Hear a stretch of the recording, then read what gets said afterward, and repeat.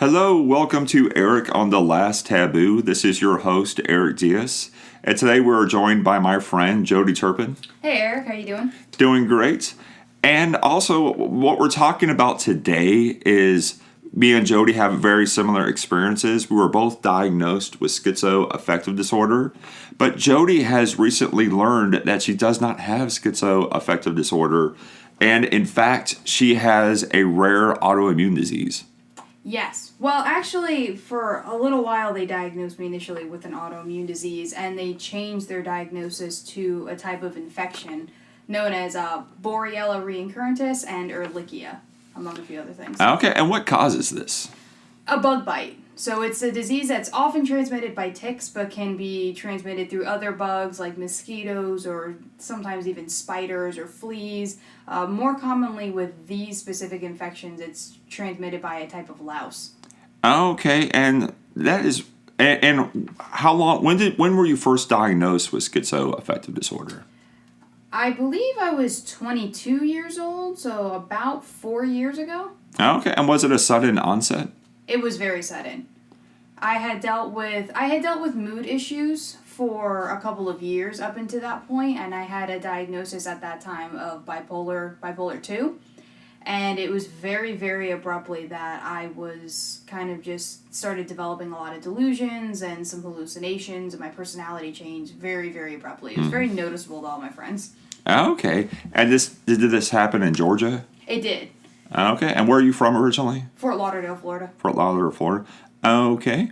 And a lot of people who have a misdiagnosis of schizophrenia, schizoaffective disorder, become very anti-psychiatry because of the side effects of the medication.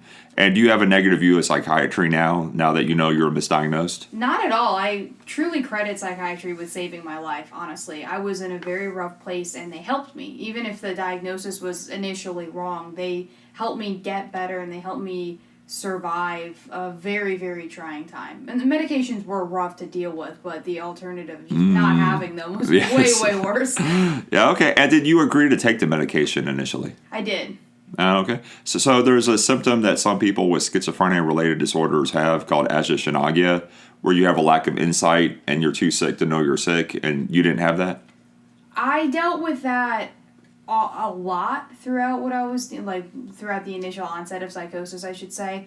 I argued with my best friend, who is a therapist, who actually helped found an organization that focuses on early intervention with young people, and she would tell me that it was displaying a lot of symptoms of it, and I would argue with her and tell her, I absolutely was not, and I actually just had superpowers and things like that, and she didn't believe me. Okay. And you are also a recovering opiate addict. I am. And how did this start? That actually started as a result with a lot of the chronic pain I was dealing with from these infections. So I initially contracted these infections when I was 16 years old. And they didn't know what it was. My blood work was a little weird for a typical infection. So when I was in the emergency room, they missed it. They initially thought it was leukemia. And I started developing joint pain after that, so they decided I had arthritis and started prescribing a lot of opiates to me. Oh, okay. They're trying to change the laws to make it harder to get opiates for pain management. And I have a lot of friends that are very upset because they have a chronic condition. And do you have an opinion on this? I go back and forth with that a lot. I'm in a lot of support groups, like on Facebook, with people with chronic conditions, but I'm also in recovery, and I've experienced firsthand what it's kind of like to have a doctor jump to Lortab before they try ibuprofen or anything like that. So I believe that there is a problem, but I definitely see issues with going in the complete opposite end of the spectrum. We went from, I feel like, having too many, opiates were just way too readily available, to now they're insanely difficult to get for people who need them. I don't think laws are necessarily the answer. You know, if I were gonna pass a law to get doctors to not jump straight to the opiate, the law I would pass would be regulating the pharmaceutical reps. Absolutely. I think they're the ones. I blame them more so than the doctor trying to run a pill mill. Absolutely. I really do believe that doctors are often just trying to alleviate the suffering of their patients. And I think there was a lot of misinformation about how problematic opiates actually were when they said that there was an upsurge in prescribing them. And I really don't blame the doctors as much as I do blame the pharmaceutical reps or different pharmaceutical companies that pushed them and knowing that they were more addictive than they let on. And but it's a very difficult situation because there are a lot of people in really serious pain, and a lot of times these people don't have a diagnosis yet, and they can't really get anything to help them, and that I think is problematic too. So Yes, I knew a doctor, and when he first started doing his residency at Emory, they would not admit fibromyalgia was a thing. They said it was just in the person's head. Wow. So if you're a doctor and someone comes to you just in pure agony, you need to give them the opiate based medication. You don't need to be like, oh no, you did that. But there is a need to rein in the pharmaceutical companies and their marketing. I believe, absolutely. All right, and did mental illness play a role in your addiction? It did, absolutely. I had been prescribed opiates for probably a couple of years before I started having some really intense depression and really intense mood swings, and I pretty much started self-medicating. It was all I really knew how to do. I didn't know much about mental health. I didn't feel like there was anyone I could really talk to about it, which there was. I just didn't realize it, and I definitely abused. As someone who has what you were originally diagnosed with, schizo-affective disorder, I noticed the hardest thing about quitting drinking was getting to the point where I could sleep again. And did the opiates help you calm things down upstairs so you can sleep? It absolutely did. It helped me. It helped calm things down just so I could kind of just get through the day a lot of times until I couldn't get really through the day anymore. But it was a challenge. I had actually forgotten how badly my thoughts would race when I would try to go to sleep at night. And when I was finally clean, I found myself just laying in bed for an hour or two or three just with my mind going, and I didn't really know how to deal with that. Mm-hmm. And I believe you said you're not going to see the movie about Susanna and Callahan's experience with being the infection, brain on fire, because it hit too close to home. Yes, I definitely saw that trailer kind of pop up on Netflix for me, and it was like watching a very quick snippet of my own life, and it like freaked me out enough. I heard it was a great story with a good ending, but I was like, I kind of lived that myself. I don't know if I'm ready. Well, it's funny. I stopped watching The Aviator with Leonardo DiCaprio because the scene in the bathroom where he refuses to pass the towel, like I was never germophobic. But early developing schizoaffective disorder, I came across as very rude at times. And just like watching the movie where the mental illness is affecting, of course, Leonardo DiCaprio played Howard Hughes in The Aviator. So the scene where mental illness is affecting his social interactions, I was like, I'm not watching this. I understand entirely. All right. And now, one more thing, you also have a spinal disease. I have. I was also recently diagnosed with what my doctor called a spontaneous CSF leak in my spine, which they're still exploring the options of that, but that's the diagnosis I've had for a little while, which they're still kind of sticking to. And it's a tear of the connective tissues in the spine, which causes cerebral spinal fluid, which cushions the brain in our skull, to essentially leak out through the spine, causing like really intense headaches and different symptoms along with that. All right. And also, one thing that scares me as someone who has a lot of friends in recovery from opiate addiction is what happens if you're in pain. You have this spinal disease and you're a recovering opiate addict. Because I was thinking like, so if a recovering heroin addict can just shut up and deal with it, why can't the general population? And it seems like punishment to me that they're like, oh, she had surgery, but well, suck it up, buttercup. That's a great point.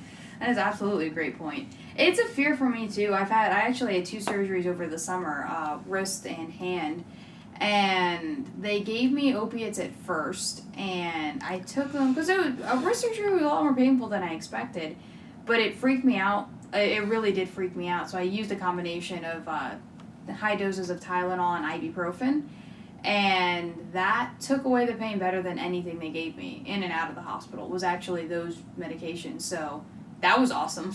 That was a really nice surprise. Oh, okay. Did you ever make the jump from pills to heroin? I tried, and I don't know how I had the experience of having a really difficult time actually finding heroin.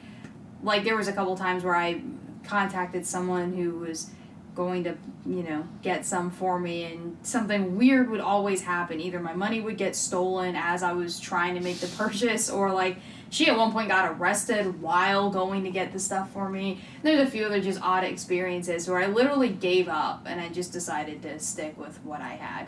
Okay, and the big place in Metro Atlanta, for those of you that are not from Metro Atlanta, the place where everyone in Atlanta goes to get their heroin, I understand, is the Bluffs. Yes. Did you ever venture down there? I have, definitely. But I never actually bought heroin from there. So I know the neighborhood, and I've been there, but I didn't just stick to opiates all the time, but yeah. Mm-hmm. All right, and you are also a CARES peer support specialist, I believe it is. Yes. So peer support specialist, CARES, what is that? CARES stands for Certified Addiction Recovery Empowerment Specialist, and that's really long, so we just stick with CARES. Mm-hmm. But it's pretty cool. It's a certification that allows me essentially to be a peer mentor through other people with substance abuse issues, hence the peer specialist aspect of it. So you go through an interview process, and then you go through a training, which is really, really cool. And they teach us how to work with people and how to use our own lived experience to help other people get well. All right. When I did the CPS program, Certified Peer Specialist, I believe it was the same group, but it was all about mental illness.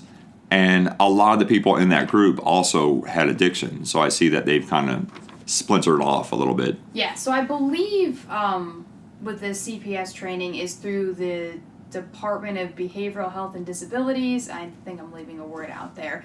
And a lot of times the Georgia Council on Substance Abuse, who does the CARES training, they work alongside with them, get a lot of funding with them. They're pretty much partners. So it is very similar. And that's exactly it. They kind of took people just to focus on the addiction. And a lot of them have the same certification you do as well, so they've got both going on, which is pretty cool. All right. And did you ever relapse? I did. I had about 4 months in recovery, and I talked myself out of it because I found recovery when I was 20 and I turned 21, and I kind of told myself I was just young and going through a phase that none of my other friends went through, and I decided to leave, and I thought I could manage things, and it was like a day went by and I was just jumped right back into where I was before. So that was about 5 years ago, and I found They say in 12-step fellowships that you don't get to start over. It's a progressive illness. And if I relapse on alcohol, I go right back to being a raging alcoholic. I don't get to go back to the to maybe the functional alcoholic. You're a raging alcoholic the second you have your first drink. I heard that too, and I didn't believe it, and that was definitely the case for me. Okay. And what you and I, of course, were doing this interview in a room at the Zone in Marietta. And what exactly, when it comes, part of the reason this place was founded is because there was a gap between you get out of the hospital and you go back to your life. And how has the Zone and other what has helped you not relapse again? Being a part of the Zone has been pretty awesome for my recovery. It gave me, I guess, new experiences, new people to meet. Before I found the Zone, I was very much just in a 12-step fellowship, and that was amazing, and I definitely credit it for saving my life. But it was, my knowledge of recovery was a bit limited, I would say, just focusing on 12 steps. But being able to venture with the Zone and learn more about like evidence-based research and things like that go along with recovery, and being in a different organization, and also like if I'm having a bad day, I can come here. I don't have to wait till 8 o'clock to the next meeting that I go to, and that's amazing for me. Like this place has been a safe haven for me several times, and I'm really, really grateful that there are communities like this popping up all over the place now. It's amazing. But really, it's having a community of people around me that support me in my recovery has been the most valuable asset, I think. All right. And are you active with the CRC at Kennesaw State? I'm not, actually. I've been there a couple of times. I've talked with people there. I've gone to try to go to meetings on campus. I've even written recommendations for friends of mine joining the CRC, but I just never did that. Okay. And just one more question. I think we already touched on this a little bit. What are the biggest challenges in recovery from from opiates and schizo-affective disorder and of course the autoimmune disease you talked about, and how can people support a friend or family member in this situation? Each one of those things you mentioned have very, very different challenges. I feel like that come along with them. Schizo-affective disorder, a lot of times, and I don't feel like I hear this talked about a lot though, but there was a lot of embarrassment that came along with it. Like, I acted out in really weird ways. Mm-hmm. I said really weird things. And when I got to the other side of it, it was just embarrassing. Like, I was ashamed to talk to certain friends that I knew I had said weird things to. And they were usually pretty okay with it. They would, they showed a level of understanding and maturity that I really appreciated. But the challenge there, honestly, for me was just I acted weird around people and I was embarrassed. With recovery, there was a similar challenge. I did a lot of terrible things and behaved badly, but there was less understanding, I felt like, because it was more the people I was around would tell me it was my fault in a sense. Addiction's not a disease, it's a choice, is what I would hear a lot. But having support there, people that didn't really harp on the past, but just helped me focus on the day and staying clean today and finding recovery was huge. And dealing with like the physical conditions is a weird animal on its own, because there were just certain things I can't do. Sometimes I have to cancel plans with people if I'm not feeling well, and like I feel terribly about that. And sometimes I just can't necessarily go to meetings if I want to go to them, or do the things I want to do because I need to rest. My body is still trying to heal. And sometimes with that, like, just having someone come over if I can't do anything and help me clean up or help me make dinner, things like that really go a long way if I'm just having a rough day. All right. And anyway, thank you for that, Jody. But also, though, with me, I think I didn't have the experience of taking a medication and coming back to my old self. The medication was ineffective and I had brutal side effects. And one thing I thought was interesting about what you said is someone said I should not say I didn't know the difference between schizophrenia and schizo-affective disorder. But one of my favorite bits of advice I ever got as someone recovering from a schizophrenia-related disorder is that I should lie and say I was on meth. Because schizophrenia is stigmatized, but being a meth addict is actually, I guess, more socially acceptable in her views. Wow. Than having a schizophrenia-related disorder. And yeah, it's also like, it's very embarrassing. You can't like show your face like in public after you act bizarre. Yeah, absolutely. And also, when I say I acted bizarre, a lot of times you just act really stupid. You act really stupid or just grossly inappropriate. Like, how do you explain that to people you barely knew? Like, you don't want to. And another thing I noticed is I'm not famous. No one really cares what I do. Yeah. So if I didn't know this person that well, they're probably, okay, whatever, just go about their day. But on that note, I'm going to end this interview. Thank you for listening to Eric on The Last Taboo. And thank you, Jody Turpin, for coming on my show and all that you do in the recovery community.